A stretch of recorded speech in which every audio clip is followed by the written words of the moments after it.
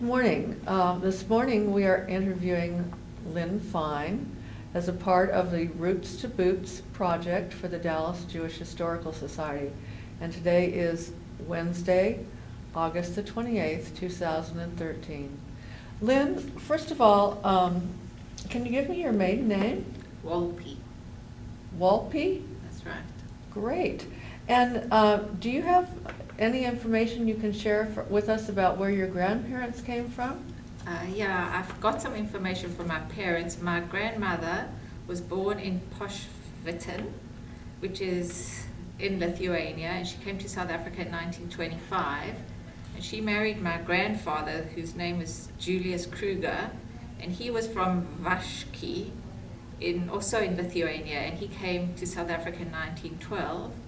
My paternal grandmother name was Jeannie Radis, and she was born in Vinsk, Lithuania, and she came to South Africa in 1906. She married my grandfather, who was from Lithuania, we're not sure where, and he came to South Africa in 1903. So when you were living in South Africa, what part of the country did you live in? I lived in Johannesburg. Johannesburg. And did you go to school there? I went to a school called Red Hill, and my daughters in Dallas went to Green Hill. So Oh. it was quite amusing. And what level of education did you I accomplish? have a bachelor's degree. And what was your specialty? Well, it was in legal theory and psychology, but right now a designer, so. Did you actually work in South Africa? Oh yes, I had a public relations company in South Africa where I had large clients, and it didn't really pertain to my degree, but that was my profession. Do you have any really notable experiences?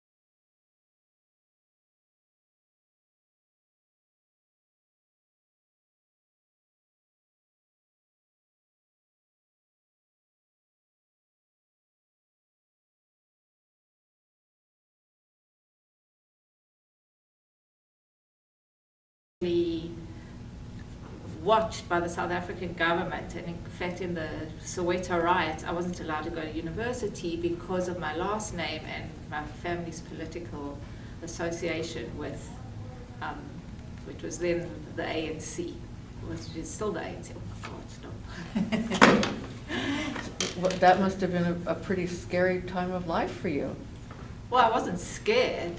I probably was too young to realize how vulnerable I was, because in those days South Africans would disappear under the apartheid regime, and my parents were probably more afraid for me than I was. I thought I was like an invincible student. Was that part of the decision for your family to leave South Africa, the issues with apartheid? Well, when I married my husband, we chose to leave South Africa, but it had nothing really to do with that experience. It was just a decision that a lot of young Jewish families were leaving South Africa, so we chose to leave as well. What was the major reason that you? So as a young Jewish couple, what was the impetus and the reason for leaving South Africa? Well, we chose to leave South Africa, as I said, because a lot of our friends were leaving, and at that time people didn't believe that if Nelson Mandela got out of prison, that there wouldn't be a revolution. So it was really precautionary as well as an adventure. We really wanted to explore the world and try our luck in a new country. The apartheid regime was obviously instrumental in us leaving, but I can't say it was the sole reason for us immigrating. You had many choices. You could have gone to Israel, you could have gone to Europe, you could have come to the United States. What was your reason for choosing the United States, and what was the city that you came to originally? Well, in all honesty, had I have known at that time that my children would leave me when they graduated from high school, which is an American tradition, I probably wouldn't have chosen the United States, because I think that children leaving their families is really an unnatural way of life. I probably would have chosen to go to Europe or to England, but America held out potential and hope, and it was English speaking, and it was part of a whole new exciting world that we enjoyed. And so where did you come first? We first went to Los Angeles, which was really exciting, and we were very friendly with people in the music and movie industry, and my friend had clothing line, so it was really an exciting time. We went to parties, and it was a really fun experience, especially for two of us were young and excited, and we really enjoyed our life there. And then reality set in, and we had to move to Dallas to build a future for ourselves. And my husband's company was bought by a partner. Excuse me, stop. My husband sold half his company, and we came to Dallas, and we've made a life for ourselves. We've been here for 20 years. Have any of your other families emigrated since you and your husband did, or are the rest of them still in South Africa? My brother actually came to visit me when I had my child in Dallas, and he lived in America for a couple of years. He now lives in Paris with his wife and his 2 children, but my sister and her children and my parents still live in South Africa. So do you get an opportunity to go back there on a frequent basis? I go often. I go at least once a year. My parents come here at least once a year, so I do still stay in contact with them, as well as I speak to them almost daily. So I maintain a very close tie. Do you have any feelings of regret about having left? I don't think you can regret anything you do in life. There's no times for regret. I'm glad we immigrated. I regret that I'm not with my family and close to them, but it's been a wonderful life experience, and I've got wonderful daughters, and they love this country, and they're very successful. So when you came to Dallas, did you know anyone here before you came to this community?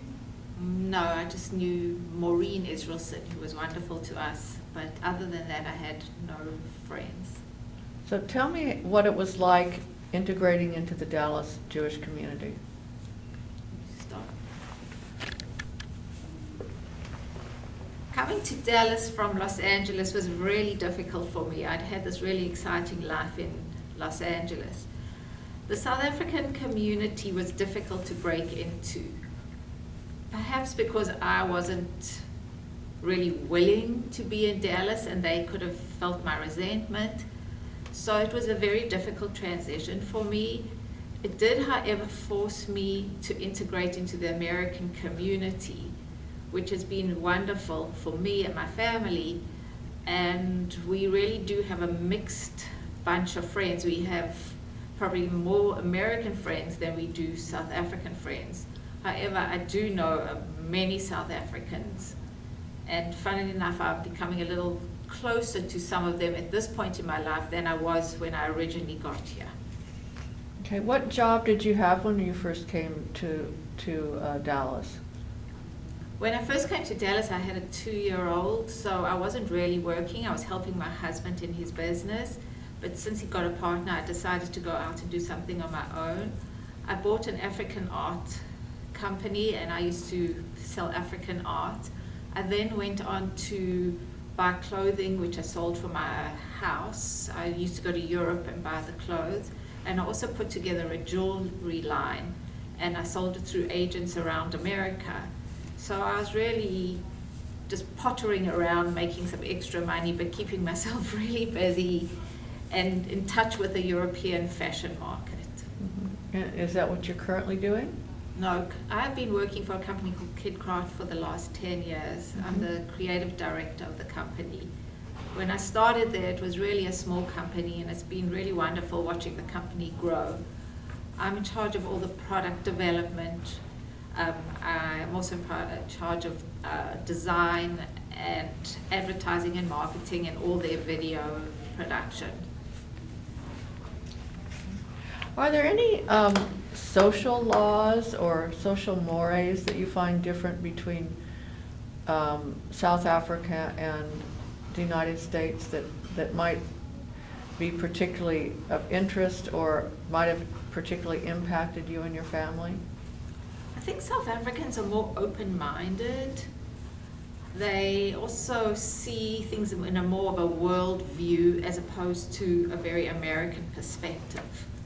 So, I mean, from the Jewish perspective, I'd never eaten brisket on the Jewish holidays, but you know, those are the minutiae. But I think South Africans do see things in a broader light, but I can't really think of anything that's impacted me. Okay. Were there any other particular adjustments that you had to make in terms of your daily life with regard to either differences in gender roles or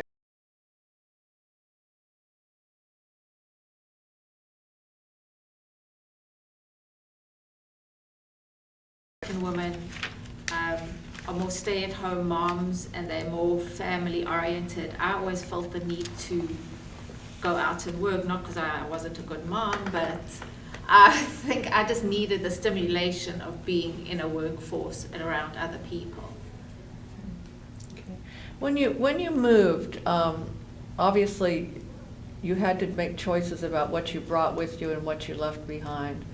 Were there things that were specifically important for you to bring, and was there anything that you had to leave behind that you feel sentimental about and that you are sorry that you weren't able to bring with you? I think we arrived with this huge load of furniture and product and ornaments. I don't believe there was anything that I particularly left behind, but over the years when my grandparents or somebody has passed away, we've been fortunate enough to be able to go back to South Africa and bring back, whether it's a silver napkin ring or something that was of sentimental value. My mother had a collection of glass bottles that are now in my daughter's bedroom. So I think over the years we've been able to accumulate accessories and stuff that are sentimental to myself and my children and my husband. Okay. When you came to Dallas, did you join a religious congregation?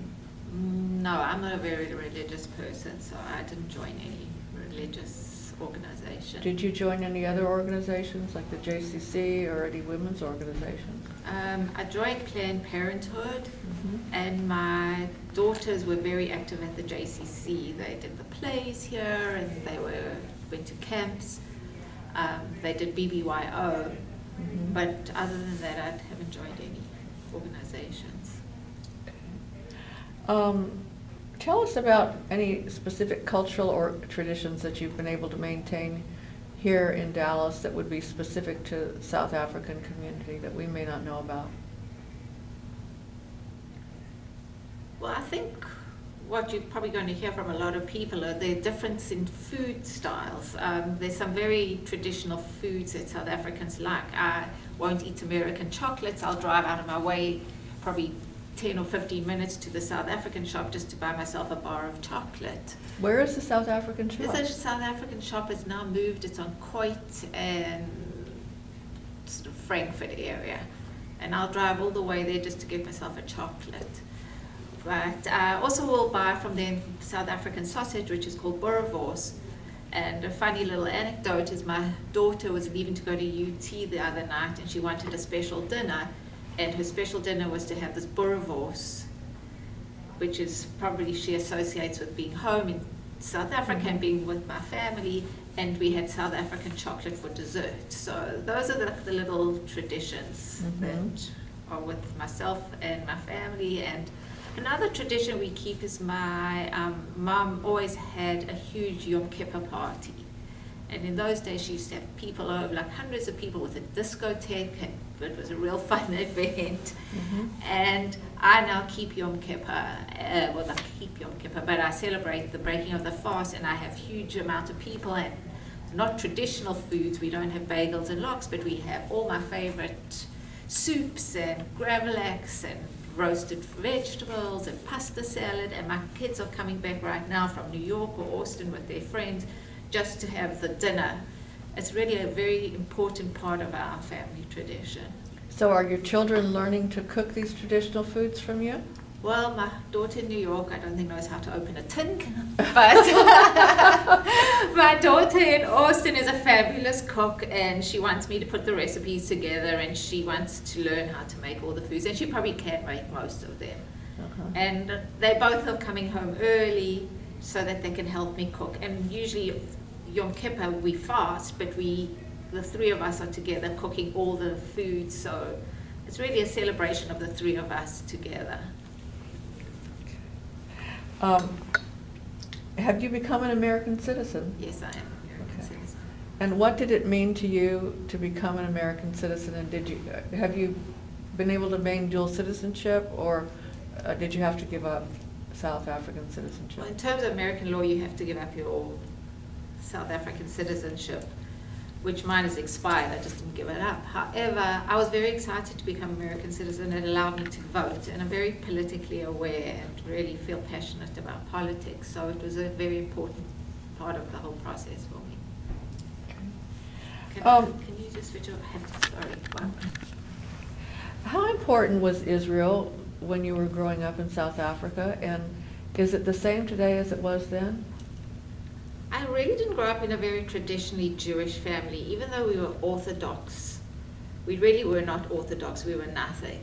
I remember my husband came to us for Rosh Hashanah dinner, and my mother made a spinach salad, and there was bacon in the spinach salad. Even though we were celebrating the holidays, we weren't allowed to go out on Shabbat, but we were really irreligious, and we were really not the traditional Jewish family. So Israel wasn't a really particularly important part of my life when I was growing up. It's perhaps become more important as my children have grown older, and I've been to bar mitzvahs there, and I really love the country. But I can't say it plays a very important part of my life. I really hope that there's peace, and I feel very strongly associated with my Jewish heritage and the Israeli people, but I can't say I would vote in a political situation. I would vote more based on American issues than American Israeli issues. Okay. Are there things that I might not have asked you that you think are important to tell us, either about your life in South Africa, the immigration process, or your life here as a South African in Dallas, or just about your family life in general? Anything that you'd like to add for your family and others to know about you? I think the interesting thing, and I don't know if anybody else feels this way, when I left South Africa to go to Los Angeles, it was an adventure, and it was really exciting. When I immigrated from LA to Dallas, that was really more difficult for me. Don't know why, but I felt maybe because I felt more at home in LA, and it was probably older, and I had a child, and I had more responsibilities. As far as my family are concerned, they are really true Texans. They love Texas. They have the Texas flag in their dorm rooms. They wear the Texas little necklace around their necks. And my daughter's 22, and she walks around New York with a Texan necklace. They feel really strongly a part of this community.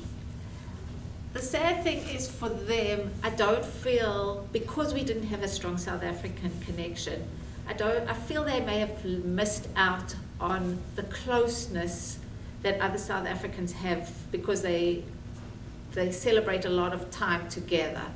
Whereas my kids were more focused on the four of us as an individual unit, as well as many American friends. But I do think there is something that's sort of intangible that South African community has that Americans probably feel amongst each other, but South African and American society doesn't have the same feeling. The America's been really good to me, to my family, and my girls are really successful. And when I was sick, I have to say that Texas or the Dallas community were incredible. I don't believe anybody in any other city could have been more supportive.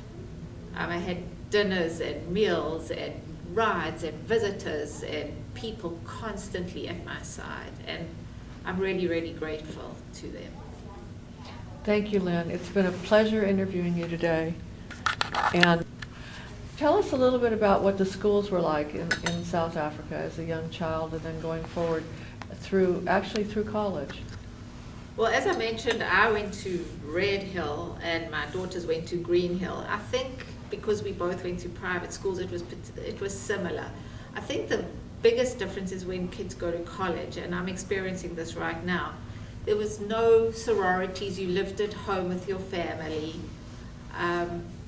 And you really lived at home until you got married.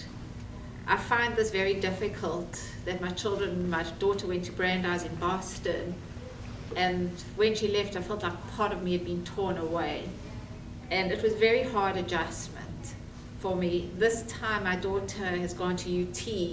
I mean, I feel a huge emptiness in my life, and now my husband and I really are empty nesters. We have to learn to get on with each other because Remy, not to get on, that's terrible, but Remy filled a huge part of our life. She's an enormous character, and at dinner time she would tell us stories and we would laugh and we would shout and cry and have fun.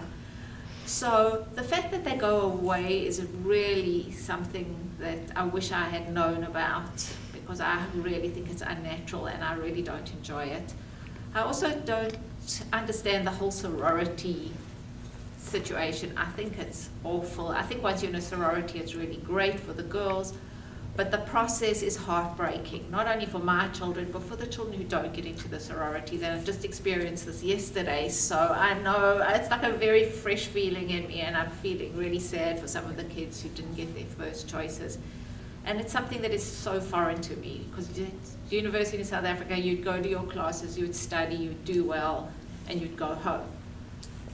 You mentioned the sororities. Did you get any feeling about that previously with the BBYO experience? Didn't that give you kind of a pre-hint or something about sorority life? Because it seems to me that that's kind of a precursor to that in the community.